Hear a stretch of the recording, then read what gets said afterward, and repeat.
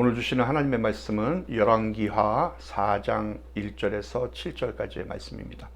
제가 봉독해 드리겠습니다. 선지자의 제자들의 아내 중에 한 여인이 엘리사에게 부르짖어 이르되 당신의 종 나의 남편이 이미 죽었는데 당신의 종이 여호와를 경외한 줄을 당신이 아시는 바니이다. 이제 빚준 사람이 와서 나의 두 아이를 데려가 그의 종을 삼고자 하나이다 하니 엘리사가 그에게 이르되 내가 너를 위하여 어떻게 하랴? 내 집에 무엇이 있는지 내게 말하라. 그가 이르되 계집종의 집에 기름 한 그릇 외에는 아무것도 없나이다 하니 이르되 너는 밖에 나가서 모든 이웃에게 그릇을 빌리라. 빈 그릇을 빌리되 조금 빌리지 말고 너는 네 두 아들과 함께 들어가서 문을 닫고 그 모든 그릇에 기름을 부어서 차는 대로 옮겨 놓으라 하니라. 여인이 물러가서 그의 두 아들과 함께 문을 닫은 후에 그들은 그릇을 그에게로 가져오고 그는 부었더니 그릇에 다 찬지라. 여인이 아들에게 이르되 또 그릇을 내게로 가져오라 하니 아들이 이르되 다른 그릇이 없나이다 하니 기름이 곧 그쳤더라. 그 여인이 하나님의 사람에게 나아가서 말하니 그가 이르되 너는 가서 기름을 팔아 빚을 갚고 남은 것으로 너와 네 두 아들이 생활하라 하였더라. 아멘. 코로나 시대의 추수감사절을 맞았습니다. 코로나19 전염병 확산으로 인해서 지금 많은 고통과 어려움을 겪고 있지만 올 한 해를 돌아보면 우리에겐 감사할 이유가 충분히 있다고 그렇게 봅니다. 비록 교회에서 드리는 예배는 아니었지만 최악의 상황 속에서도 온라인으로 예배를 드릴 수 있었던 것도 감사하고 이를 통해서 예배를 더 사모하고 갈망하게 된 것도 감사한 일이 아닐 수가 없습니다. 그래서 코로나19는 우리의 소중한 일상을 바꾸어 놓았습니다. 어쩌면 너무나 당연하게 누리며 살아왔던 그 작은 것들의 소중함과 감사함을 우리가 얼마나 느끼며 살고 있는가를 되돌아보게 해줍니다. 주일날 함께 모여 예배하고 찬양하고 기도하고 함께 식사하고 봉사하는 그 평범한 일상조차도 얼마나 큰 감사이고 얼마나 큰 축복이었는지를 깨닫게 된 것 또한 감사한 일이 아닐 수가 없습니다. 그동안 수동적이고 습관적으로 신앙생활을 하던 성도들이 가정에서 직장에서 자발적으로 성경을 읽고 쓰면서 하나님 앞에 홀로 서는 그 훈련을 받을 수가 있었던 것도 감사하고 갑자기 닥친 고난의 때를 믿음으로 이겨낼 수 있는 영적 체질로 바꿔주신 그 하나님의 섭리도 감사의 무릎을 꿇게 합니다. 이와 같이 지금 상황이 가하는 압박감 때문에 나는 감사할 수 없는 가운데 있던 것 같은데도 얼마든지 우리 주변에는 감사할 조건들이 많이 있다는 것입니다. 하나님께서는 데살로니가전서 5장 18절에 범사에 감사하라라 라고 이렇게 명령을 하십니다. 범사에, 즉 모든 일에 그것이 좋은 것이건 나쁜 것이건 행복한 날이건 불행한 날이건 내 인생에 비가 오는 날이건 햇볕이 쨍쨍 내리는 날이건 간에 네가 모든 일에 감사하라. 그러면서 뭐라고 하시는가 하면 이것이 그리스도 예수 안에서 너희를 향하신 하나님의 뜻이니라. 아멘. 감사하면서 사는 것이 하나님의 뜻이라는 거지요. 나는 감사할 수 없는데 너 그럼에도 감사해 라고 명령을 하신다면 거기에는 우리가 미처 깨달아 알지 못한 어떤 축복의 비밀이 있기 때문이 아니겠습니까? 자, 그럼 오늘 우리는 무엇을 감사할 것입니까? 지난 1년 동안에 돈을 더 많이 벌었습니까? 그 어느 때보다도 건강의 축복을 받았나요? 사업에 큰 성공이 있었습니까? 또 귀한 가정과 자녀를 얻었습니까? 우리가 하나님께 특별히 감사할 일이 무엇이 있겠느냐는 거예요. 사도 바울은 말할 수 없는 그의 은사로 말미암아 하나님께 감사하노라 라고 하였고 능히 어떠한 감사로 하나님께 보답할까라고 그렇게 말씀했습니다. 또 그는 감옥에 갇혀서 고생을 하면서도 오히려 내가 너희를 생각할 때마다 나의 하나님께 감사하며 라고 감사에 넘치는 간증을 하고 있습니다. 어떻게 이 같은 감사가 있을 수가 있었던 것일까요? 바울은 근본적으로 자신을 개인적으로 불러주신 그 하나님께 감사를 하고 있는 겁니다. 그는 언제나 다메섹 도상에서 불림을 받은 그 사실을 기억을 하고 있었다라는 거죠. 그래서 나를 부르신 그리스도께 늘 감사를 하고 있었고, 따라서 그리스도의 종이요 사도가 되어서 예수 그리스도의 이름을 위해서 고난당하는 그 사실을 언제나 감사하며 감격해하고 있었습니다. 여러분, 많은 사람들이 시시한 것, 오히려 적은 것에는 감사를 하면서 정말로 큰 것과 엄청난 것에는 감사하지 않는 것을 볼 수가 있습니다. 무슨 말씀인가 하면, 인간은 현재라는 시간에 매여 있기 때문에 현재에 좋은 일이 있으면 모두 좋은 것 같이 느껴지고, 현재에 불리한 형편에 있으면 과거의 은혜나 미래의 큰 소망 같은 것은 아랑곳하지를 않는다는 것이에요. 또한 지극히 자기 중심적인 상태에 매여 있기 때문에 자기 자신만을 위할 뿐 보다 넓은 세계나 다른 사람의 형편을 생각하지를 못한다는 겁니다. 따라서 육신적 정욕에 매여 있어서 모든 것을 물질적이고 또 육신적인 형편에 준해서 생각을 하려고 합니다. 다시 말해서 물질적 여건이 넉넉하면 큰 축복을 받은 것 같이 생각을 하고, 육신적인 고통이 좀 있으면 마치 저주라고 받은 것 같이 그렇게 생각을 한다는 거죠. 사실은 정반대일 수도 있는 것인데도 불구하고 그 무언가에 이처럼 매여 있어서 받은 은혜를 알지도 못하고 깨닫지도 못하고 감사하지도 않는 것입니다. 그래서 로마서 1장 21절에 보면, 하나님을 알되 하나님을 영화롭게도 아니하며 감사하지도 아니하고 오히려 그 생각이 허망하여지며 미련한 마음이 어두워졌나니 라고 이렇게 말씀을 하고 있습니다. 여러분, 그러면 감사란 도대체 무엇입니까? 먼저 감사란 곧 받는 마음입니다. 즉 믿음인 것입니다. 단순하고 깨끗하고 겸손한 마음으로 받는 거예요. 여기에는 어떤 비판이나 거절 같은 것이 있을 수가 없는 것입니다. 순수한 마음으로 받아들이는 마음이 곧 감사하는 마음인 것입니다. 어떠한 환경이나 상황 속에서도 하나님이 나를 회복시켜 주신다는, 정말 이 일을 통해서 나를 더 성장시켜 주시고 성숙시켜 주신다는 그 믿음을 가지고 그러한 환경과 상황들을 받아들이는 것, 감사함으로, 이것이 바로 믿음이라는 것입니다. 또 감사는 깨달음입니다. 행복이란 소유하는 데 있는 것이 아니라 깨닫는 데 있는 것입니다.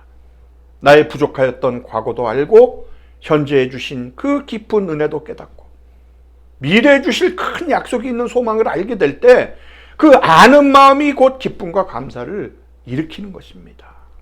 여러분, 삭개오는 예수님께서 그를 불러주실 때 너무나 감사해서 토색한 것에 4배나 갚겠으며 소유한 절반을 가난한 자에게 주겠다고 그렇게 자진해서 말을 했습니다.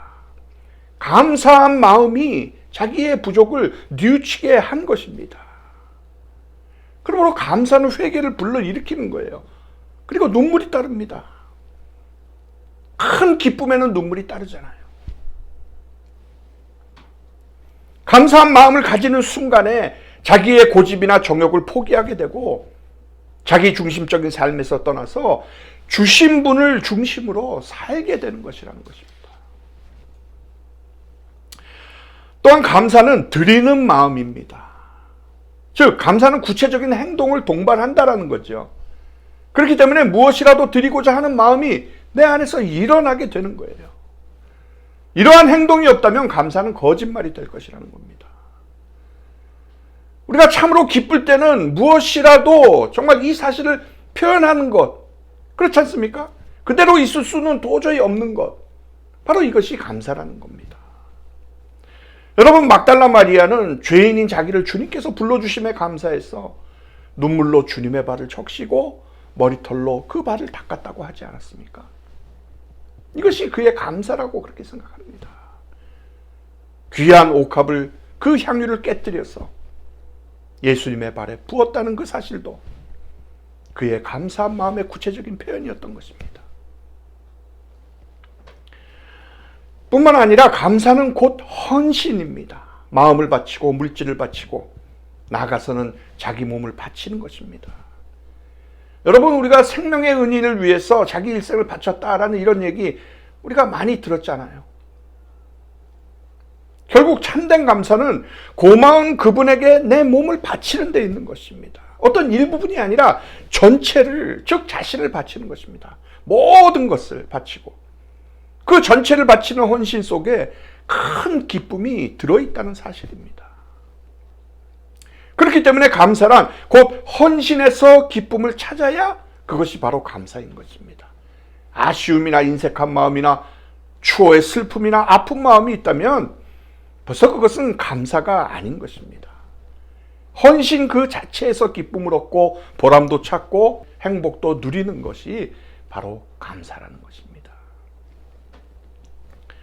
사랑하는 여러분, 생명 주신 것 감사하고 믿음 주신 것 감사하고 구원과 영생 주신 것 감사하시기 바랍니다. 또 일용할 양식을 주셔서 하나님의 일을 하게 하심, 얼마나 감사한 일입니까? 또 앞으로 주실 것을 믿으며 그것을 믿기에 감사할 수가 있는 것입니다. 축복은 받았다고 축복이 아니에요. 감사해야 비로소 축복인 것입니다. 감사는 동시에 놀라운 힘입니다.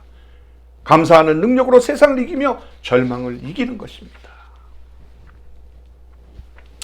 오늘 본문인 열왕기하 4장 1절로 7절을 보면 우리 삶 속에서 개개인을 어루만지시는 그 하나님의 축복의 손길을 발견할 수가 있습니다. 어느 날 엘리사에게 선지자 훈련생 중에 한 미망인이 찾아왔습니다. 이 여인은 선지자인 남편이 죽자 빚진 돈을 갚지 못해서 두 아들이 노예로 끌려갈 그런 지경에 이른 불쌍한 과부였습니다. 이 여인은 엘리사에게 도움을 간청하였는데 그 당시 이 여인에게는 음식과 연료로 쓸 수 있는 올리브 기름, 그것도 먹다 남은 반병밖에 없는 그런 절박한 상황에 놓여 있었습니다. 과부의 모든 상황을 가만히 듣고 있던 엘리사는 그 여인에게 빌릴 수 있는 그릇들을 모두 모아서 그녀의 집에서 아들과 함께 그 그릇에 기름을 부으라고 명령을 했습니다. 그래서 이 미망인은 엘리사 선지자가 시킨 대로 행하였는데 여러분, 참으로 놀라운 일이 벌어진 것입니다. 하나의 병에서 나온 기름이 이웃에게서 빌려온 그 모든 그릇에 가득 채워지게 된 것입니다. 여러분, 이 미망인은 아들과 함께 하나님께서 베푸시는 그 놀라운 은혜를 체험하게 되었던 거예요. 이제 이 여인의 앞날의 생활까지도 보장을 받게 되는 그런 복된 기적이었다라는 것입니다. 그렇습니다. 성도는 어려울 때 하나님을 찾고 부르짖어야 합니다. 이 선지자 제자의 아내는 큰 어려움이 닥쳤을 때 찾아갈 곳이 없었습니다. 우리가 어려움을 당할 때 우리를 도와주고 우리의 문제를 해결해 줄 사람이 있습니까? 하나님밖에 없습니다. 그렇기 때문에 성도는 문제가 생기면 그 문제를 가지고 하나님께 나와서 간절히 기도를 해야 하는 것입니다. 환난 날에 나를 부르라. 내가 너를 건지리니 네가 나를 영화롭게 하리라. 하나님은 전능하신 분입니다. 우리의 어려움을 해결할 수 있는 능력이 있으신 분이에요. 그러므로 문제를 하나님께 맡기십시오. 경제적인 문제, 사업적인 문제, 자녀의 문제, 가정의 문제, 생활의 문제, 그 어떤 문제이든지 우리가 하나님 앞에 가지고 나아갈 때 큰 고통의 문제가 해결되고 축복으로 변화되는 것을 여러분들 경험하실 수가 있게 될 것입니다. 선지자가 말합니다.